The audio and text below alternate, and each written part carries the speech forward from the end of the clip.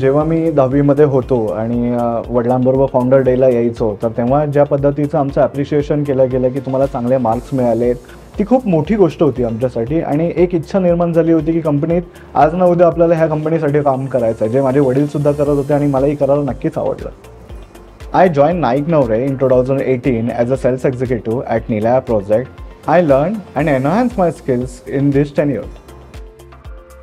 Today I take this opportunity to thank Mr. Anand Naik Nowre, who always believed in me, motivated me and always appreciated for my work.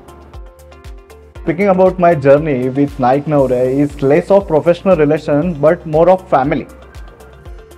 It has been 5 years I am a part of this family and I am proud to share that I am a second generation who's working with Naik Nowre.